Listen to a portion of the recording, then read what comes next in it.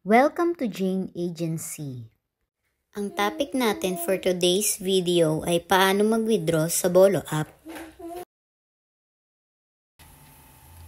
Sa mga gusto mag-withdraw kay Bolo app, ituturo ko sa inyo kung paano ito gawin.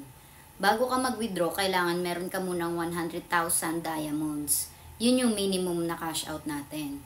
May tatlong portion sa pag-cash out. Meron to bank, meron din trade, meron din exchange. Yung to bank, pwede doon yung GCash or kahit anong bank account mo. Pwede rin USDT. Tapos, yung sa trade, pwede mo ipa-cash out sa agency mo. Halimbawa, kunyari ako yung agency mo, tapos isisend mo sa akin yung diamonds mo.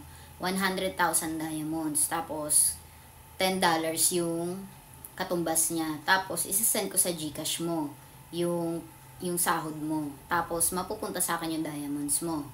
Tapos, yung exchange naman, kung gusto nyo maglaro, ganyan, pwede nyo i-exchange yung 10,000 diamonds nyo, magiging 92 coins.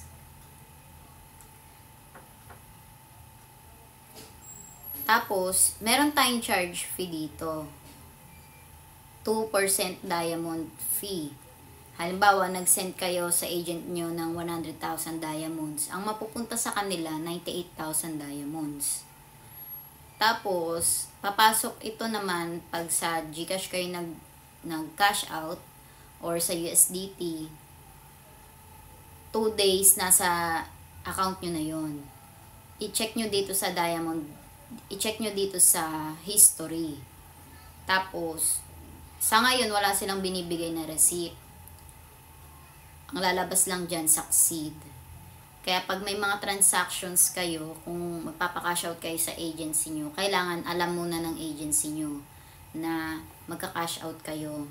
Kung USDT ba yung gagamitin nyo, manghiram ba kayong USDT, ganun. Kasi mas malaki yung palitan sa USDT. Hanapin sa FB itong page na Jane Agency PH at mag-message para masend yung link ng app. Take note, i-mention mo yung pangalan ng app na gusto mong applyan. Hanapin sa FB itong page na Jane Agency PH at mag-message para masend yung link ng app. Take note, i-mention mo yung pangalan ng app na gusto mong applyan. Paki-subscribe na rin sa ating YouTube channel at paki-like na rin ng ating video. Paki-follow na rin sa ating TikTok account. Paki-like na rin sa ating Facebook page. Maraming salamat.